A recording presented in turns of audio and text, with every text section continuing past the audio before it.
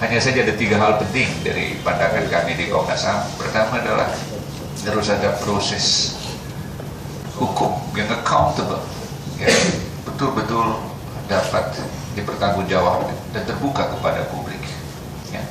Dan siapapun harus tunduk pada supremasi hukum ini, karena kita sendiri yang memilih jalan sejarah yang menggeser dominasi kepentingan politik kepada supremasi hukum.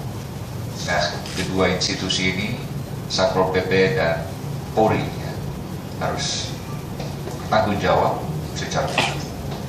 Yang kedua, harus ada immediate recovery. Tidak boleh dibiarkan ada simbol-simbol dendam yang nanti bisa memunculkan emosi masa lampau dari tragedi ini. Dan yang berikutnya adalah hal-hal yang harus kita tindak lanjuti.